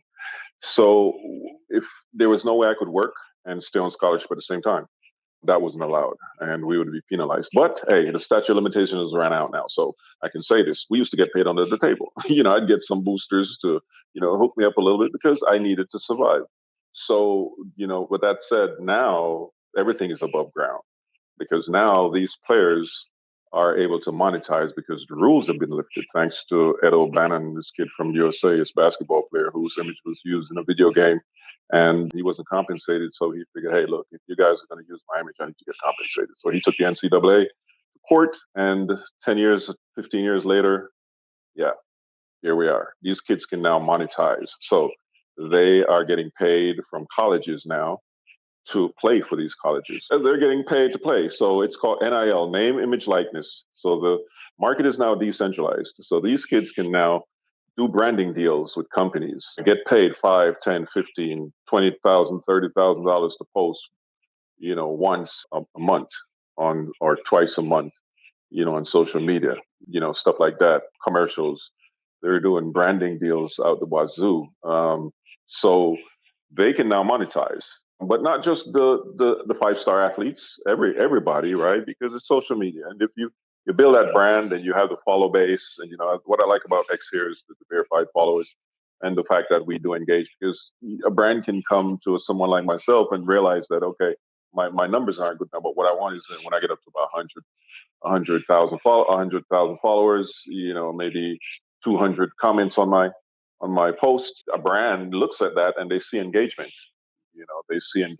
And you're capable of now. So a lot of these players are going through that. So the 12th player on the bench has that opportunity if he builds himself a social media platform. Even if it's NIL, he's not a 5-star player, he can still monetize because he's playing basketball. He has some attention on him. Use that, track that, document that through your social media, and build a follow base around that. And, even if you're the 12th man on the bench, if you have 100,000 followers, you can still do branding deals. There's a lot of kids in college who are doing that. But the 5-star players are getting the more significant branding deals. The Nikes, the Reeboks, so on and so forth. But yes, now they can monetize. Social media is the driving force behind that.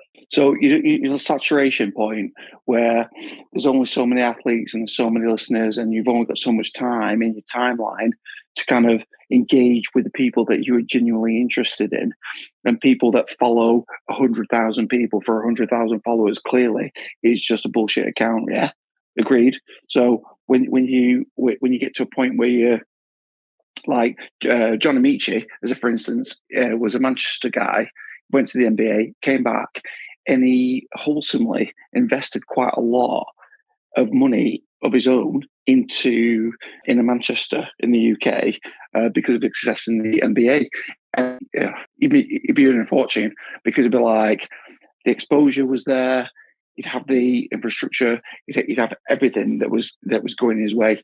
And I just think that sometimes you get that saturation point where you just go, well, do you know what? Who is the person that's going to own the book? Sorry, Kate. I just have to join in on that one. Sorry. It's all right. It's all right. No, this is a good discussion, because it is like a whole different world for some of these accounts that are just huge, and how they can deal with it, and then the I completely forgot about how the college athletes weren't able to monetize whatsoever for so long. So it's like really, really cool that they can now take their accounts and do something with it that's can sustain them like beyond, because like an athlete, it's the clock's ticking, right? So that's a reality. And if you can build up a brand and everything on social media starting right at the beginning and really take advantage of that, that is just such an opportunity. From the bias of an NCAA, whether it be basketball or American football, if you then don't proceed to the NFL or the NBA, then if your following during your college career has been that significant that you can monetize yourself because of your following, you've got half a step up to build on what you then do next. Probably get a bit of fall off, get that. Probably have a little bit of follower drop off rate, which makes sense because you're not going to the next stage. But if you have a dream and it's broken because you don't get drafted, then what then do you do then? You have to push yourself in another way. So you may be politically very intelligent, and that's where your future goes, and that's where you get your draw, and that's where you get the people that want to support you. And this is where you get subscriptions, and this is where you grow. You know what I'm saying, Hoops? Yeah, that's the 7th, 8th, 9th, 10th, 11th, 12th man on the bench, right? Because they are not the 5-stars. So building their social media platform from college after, if they don't go any kind of pro, they have that to fall back on for sure, and to continue, not even to fall back on, to continue building, adjacently with their basketball career.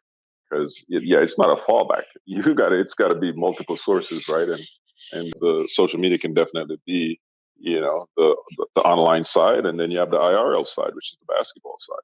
If the IRL side is not paying, if you're not getting a job in Europe or a development league somewhere, because you're not 5-star, you're not NBA, right? So you're either Europe, South America, China, wherever. Continuously building your social media platform is to your benefit, because now you have so much media you can document and continue to grow that. If you're moving on to the international scene, or even if you're moving to corporate America as well, right? Because now you have that history of your athletic career, as content, to supplement your corporate career. So yeah, it's interesting. Everybody has the opportunity to do that here, and this is why we're building our social media platform. Right? We all can, create a theme and generate an audience around it, and we're relating to an audience, and we build on that.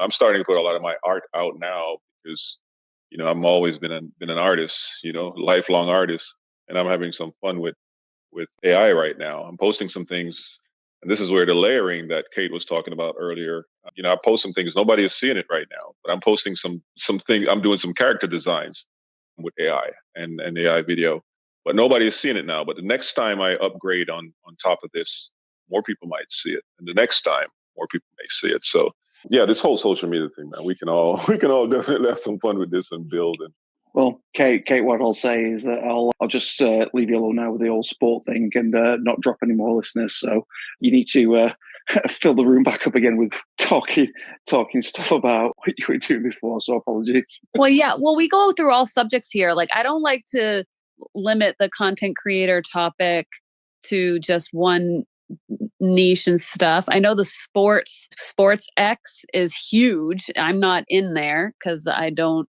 have an interest. I do like the cycling though. I do pay attention to that a little bit. So we do have that in common, Alex. But the like, this is all part of this platform, and because I'm not exposed to it or I don't participate in it, it's not like it's not important to the discussion. And so it's a huge part of X, and it's definitely a way, an angle to grow as an account is the sports, if that's something that you're interested in.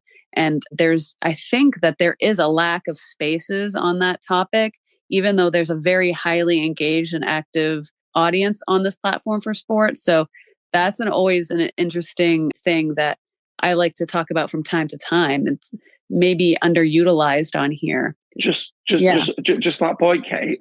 I think what the difference is It's the people that haven't played a competitive sport, that have all the opinions, so they're the armchair experts. And this is where these rooms go into valve bounce and like fucking go off into the metasphere.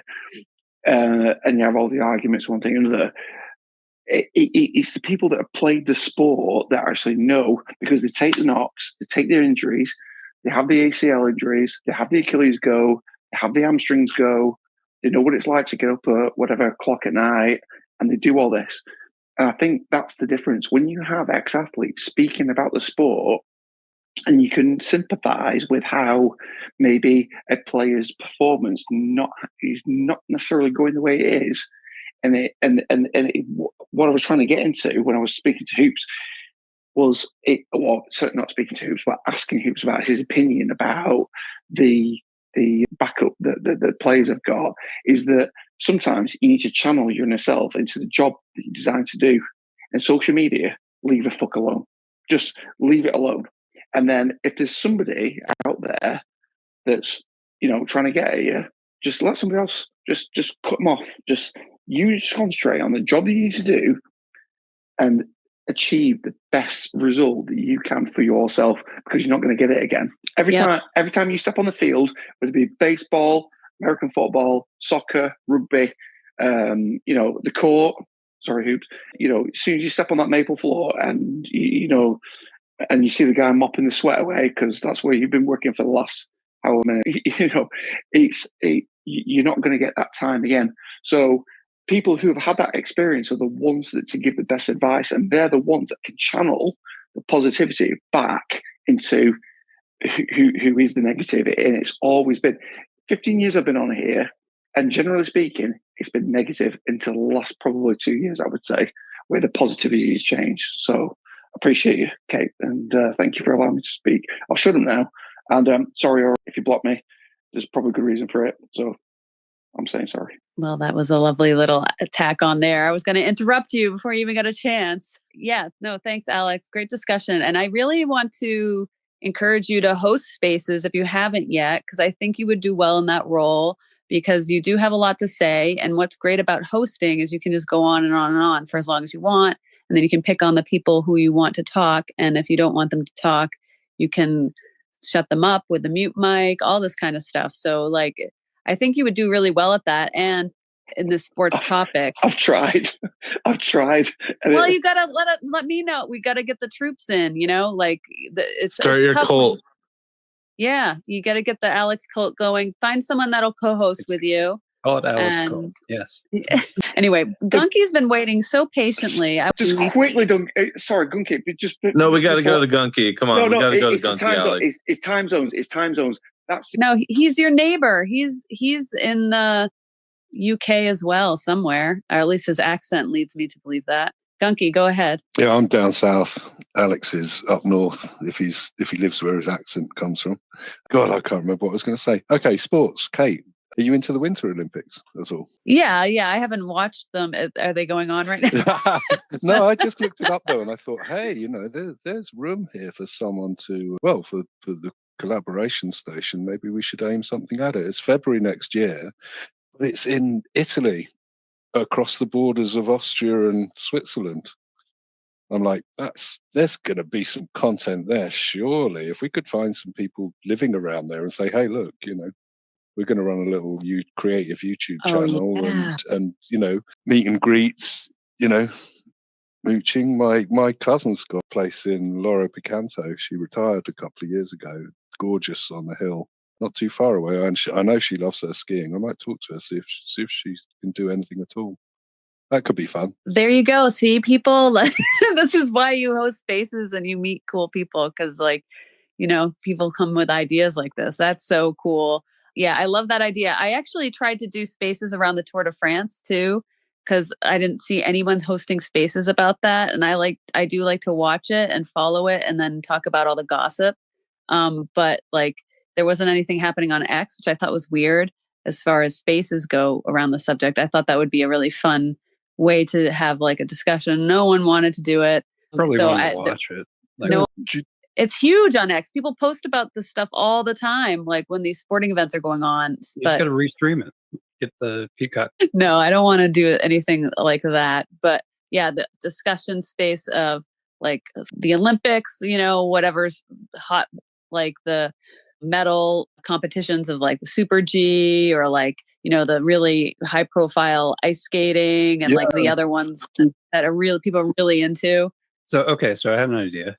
You know how when they have like a court case and you're not allowed in there, so that they do like artist renditions of it. You could do like Kriya, right, which is real time video, and you could do like an artist rendition of the live footage. Should probably deplete your credits very quickly, but it'd be good for a little bit. All the flops on the bobsleigh and the skeleton, just AI generated. We're not allowed to show you what actually happened, but here's what AI made of it. Yeah, or a watch party. Like everyone could be watching it on their TV or whatever, and we just have the space on so we can talk about it like as it's happening, something like that. Yeah, that's doable. If we could find some people who know the characters and know the sports, and I mean, who can actually talk about it. Yeah, because the audio stream is also another thing that can be considered with. Dude, I do not want to get NBC after me. Like, no, that's not happening. You might be able to make a case for that being fair use. That's not an interesting case I want to ever have. But we're going to be wrapping the space up here in a few minutes. But this has been a lot of fun. Bridges hopped up here, so I want to give him a chance to say hi and talk about anything he wants to talk about. But because I haven't seen him in a while, and when I see Bridges, I want to say hi. So if you want to speak, please go for it. Yeah, sure. Hey, it's, good to be back into this space. You guys are an amazing team of people. I really enjoy being around you. I enjoy speaking around you. Rich, Kate, Chris, you guys are amazing. I see a couple people hoops and I've been busy. I was in Ohio a couple weeks ago, but I'm back in Michigan now, that was fun. That was good. And yeah, everything's been going pretty good. Just wanted to say hi to everyone. It's been a minute, but feels good to be back up here. Yeah, we're your old friends, people. Like anyone who comes up here and says hi once in a while, just checks in. We love to see you. I remember most everybody and what they're up to and what they're doing. So, anytime you want to come in, pop up and share what you got going on, or just say hi, we love it.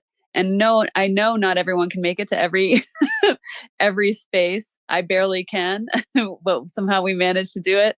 So, it's always fun whenever the familiar faces can pop in and say hi. So it's great to see you and all the stuff that you're building and doing. So, keep coming, update us, share anything you got.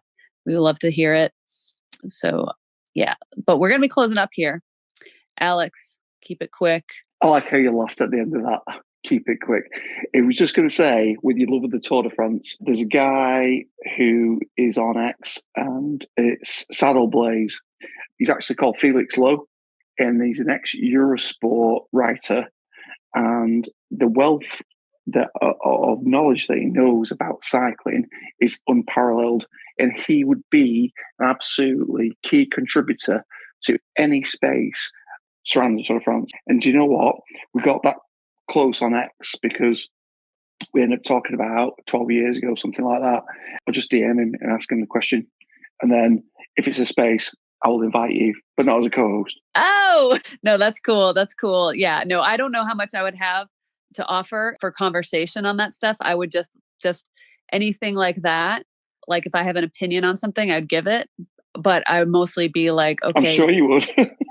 so and so's next. I'm good at that. Like if I don't know what to say, I'm like, oh, well, so and so can talk now. But very good at that. But that's fun. That's fun. I hope that happens because it's a really fun, sporting event to follow because it's every day almost something's going on. So you could have a space after every race every day and something to talk about because there's always some kind of drama going on.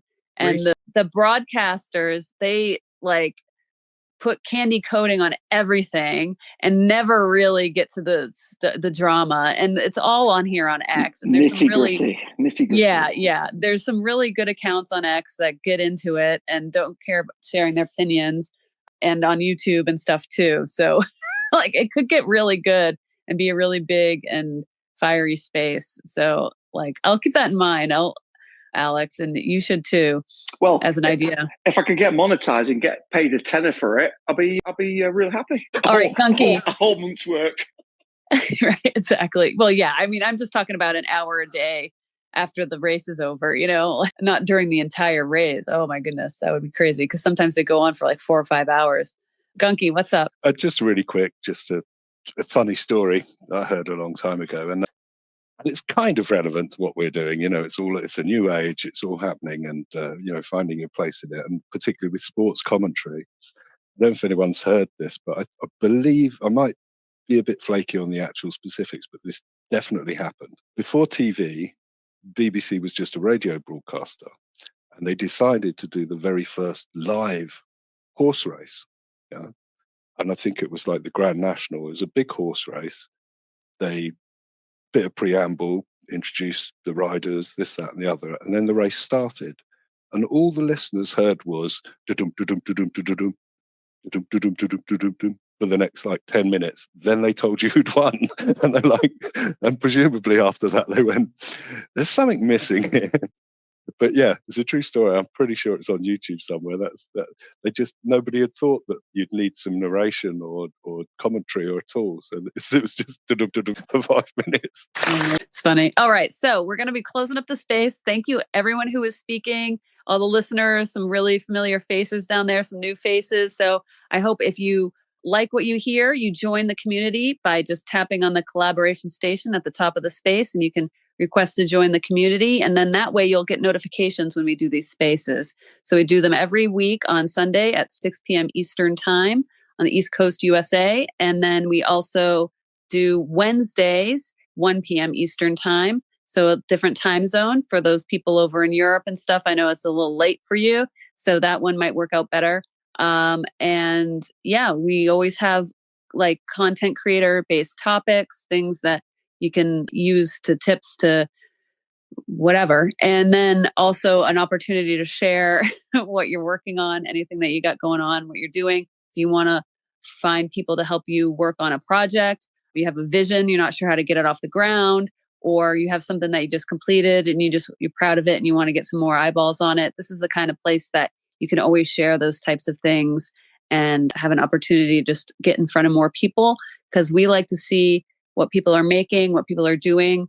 And Spaces is a fantastic way just to reach outside your regular audience and find new content, new accounts. Everyone on stage here is a great account to follow. And we've also have some amazing people listening. So take a look around down there at the listeners and, see whose content you like and give them a follow and start interacting, because that's how we all grow. So with that, I want to get to the poll. Last episode, I forgot to go to the poll and find the results. And I'll talk for another second. If you scroll across the Projectotron, you'll find the poll is the first pinned post up there. It's also down in the purple pill. Now's your chance to get your vote in really quickly before I finish talking and then hand it over to Christopher if the poll hasn't ended already. That may have been all a waste. It just ended, so perfect timing. All right. So the poll question was, do you have haters or stalkers on X? Last place is no. Third place is don't have them or want them. Second place is I wish. And first place is yes. So I guess most people have haters or stalkers on here. That's interesting. Well, I feel quite good about myself because I don't. So thanks, Kate. Oh, well, just wait. You'll get one. No, I don't think it's as big a problem as people. I think bigger accounts do have this problem more, but as a smaller account, I don't think it's a huge issue. And, Gunky touched on that before, having a little bit of fear of other people on the platform. As a small account, that it's just more like you. So it's people are generally pretty cool. It's probably proportional to the sway you have in your communities or visibility or your following, that kind of thing. But really quick before we end the space, I wanted to shout out our unofficial sponsors, Luma Labs. It's in the projectotron above. There's a link there, and it's also in the comments down below. If you're in the AI video, they are the best for image to video. So give them a try. They are amazing. And support the show while you're at it. Yep, and they do have a free version, so you get every month you can spin up a few generations and just experiment if you don't want to pay. And then if you do get a paid account by clicking through the link, we do get a little percentage at no expense to you, and that just supports our show and keeps us doing this and all that fun stuff. So we do appreciate it, even if you just create a free account. And can I just say that, like, if you need any examples of what it can do, feel free to scroll through my timeline, because even the image that I created for today's episode 39, I used Luma to just create that image. Even their image generator is pretty freaking amazing. So, and then Christopher uses them pretty heavily too. So just look at his for some really cool examples as well. So just a quick one before you go. Imagetron, Jumbotron, Nest. Which is the go-to? Projectotron is above. Okay, point noted. Yeah. I think every space or group should have their own little name for it. So we came up with ours, and we're just waiting to see how long it takes for someone else to say it organically. And I just ruined it. So. Well, like Elon or something. Yeah, exactly. If we just keep rotating the names out, that'll be preferable. If anybody's been to an ice hockey game, they'll know what a Jumbotron is, for fuck's sake. Anyway, I know it's recorded space, so I'll shut up now. Anyway, good night. Okay. Yeah, good night. Thanks for joining us. Good to see you, Alex. Good to see you. All the speakers, Gunky, or we had Christelle up here for a while. Good to see you, Bridges. And who else was in here? We had Money Miller. Yeah, KSJ was hanging out with us for a while. She dropped some good wisdom. And yeah, Mike Trevinson. Yeah. So really, really a great space. And this will be available as a podcast, Collaboration Station podcast on Spotify, on Apple Podcasts. So you can always re-listen with all the ums and the pauses taken out. It's definitely a little bit easier to replay on the podcast apps if you're listening on your phone on the go. So search for that and give it a follow, give it a like, give it a rating, all that stuff. And what that's going to do, and this is another little tip for you guys, if you're trying to get other people to X, this is how you do it, right? You share with them the podcast that you were speaking on, and you say, hey, check this out. I was on this podcast, this show. It's a live recording on X. Check it out. And you can share it with them.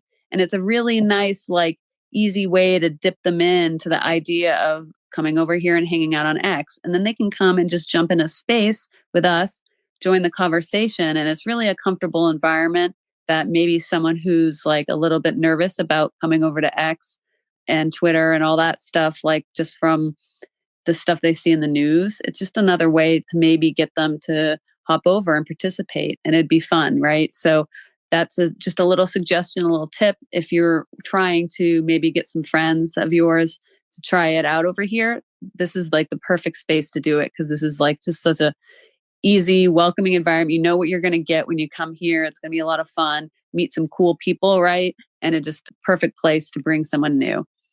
All right. And with that, I don't know, Rich, did you have any closing remarks you wanted to share before we go? I want to give you a chance because No, not really. But to resonate with what you were saying, yeah, Spaces is a great hook. I mean, could you imagine if you could get your friends or a couple groups of friends together to like host a space together? I mean, that instantly would get them like, oh yeah, let's keep doing this and coming back to the platform for more. And then beyond that, no, yeah, just come check out my feed. I've made some pretty cool music videos lately and some other stuff that you might find interesting. So yeah, give me a look. Oh yeah, definitely follow Rich if you're not. And also Christopher, they're always dropping cool videos, cool stuff. I know Christopher's got something coming out maybe tomorrow, something cool. Oh, yeah, either tomorrow or the next day. So be on the lookout for that. And then also Rich is amazing content. Go check it out. And everyone else you see here, does pretty cool stuff. So be sure you're following. Yeah. So thanks everybody for hanging out. A lot of fun, really a great discussion, great space. Go back and listen to the replay, or I'll have the podcast up tomorrow. You can listen to it there, wherever you are, in the car, at work, whatever. And have a great night. And I'll see you on Wednesday. Bye.